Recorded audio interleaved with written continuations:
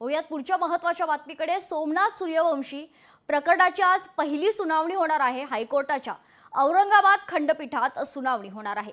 प्रकाश आंबेडकर स्वतः कोर्टात युक्तिवाद करणार असल्याचं कळते। आजच्या सुनावणीत नक्की काय घडणार याकडे सर्वांचं लक्ष आहे। पोलीस कोठडीत संशयास्पदरित्या मृत्यू झालेल्या सोमनाथ सूर्यवंशी प्रकरणाची आज पहिली सुनावणी होणार आहे। हायकोर्टाच्या औरंगाबाद खंडपीठात सुनावणी होणार असल्याचं कळते। प्रकाश आंबेडकर हे प्रकरण न्यायालयासमोर मांडणार आहेत।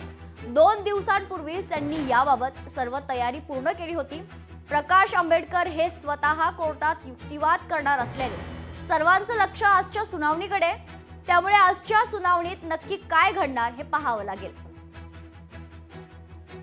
या संदर्भात अधिक माहिती जाणून घेऊयात। आमचे प्रतिनिधी सचिन बडे आपल्या सोबत जोडले गेलेले आहेत। सचिन, काय अधिकची माहिती आहे? सोमनाथ सूर्यवंशी प्रकरणात आज खरं तर पहिली सुनावणी होणार आहे आणि स्वतः प्रकाश आंबेडकर युक्तिवाद करणार आहेत।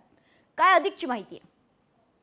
सोमनाथ सूर्यवंशी यांचं मृत्यू प्रकरण जे होतं ते राज्यभरामध्ये गाजलं आणि त्यानंतर आता छत्रपती संभाजीनगरातील उच्च न्यायालयामध्ये औरंगाबाद खंडपीठामध्ये ही सुनावणी होणार आहे आणि स्वतः प्रकाश आंबेडकर हे न्यायालयामध्ये युक्तिवाद करणार आहेत। कारण या प्रकरणामध्ये त्यांनी बरंच लक्ष दिलेलं आहे। याआधी सुद्धा जो काही अहवाल आलेला होता तो म्हणजे शवविच्छेदनाचा अहवाल आला होता, त्यांनी तो ट्विट करून हे सांगितलं होतं की या सोमनाथ सूर्यवंशी यांना जी काय मारहाण झालेली होती त्यानंतर हा मृत्यू झाला होता असं त्यांनी स्वतःच्या सोशल मीडियाच्या माध्यमातून या ठिकाणी मांडलेलं होतं।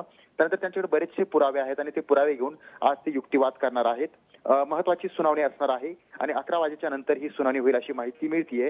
प्रकाश आंबेडकर यांनी पूर्ण तयारी केलेली आहे कारण सोमनाथ सूर्यवंशी यांच्या मातोश्रींनी ही याचिका जी होती दाखल केलेली होती आणि त्यावर नक्की जी आहे ती सुनावणी होती। मात्र काय समोर येतं हे पाहणं महत्वाचं असणार आहे। निश्चित। धन्यवाद सचिन, आपण दिलेल्या सविस्तर माहितीसाठी। तर सोमनाथ सूर्यवंशी प्रकरणात आज पहिली सुनावणी होणार आहे। प्रकाश आंबेडकर स्वतः युक्तिवाद करणार असून आजच्या सुनावणीत नक्की काय घडणार याकडे सर्वांचं लक्ष आहे।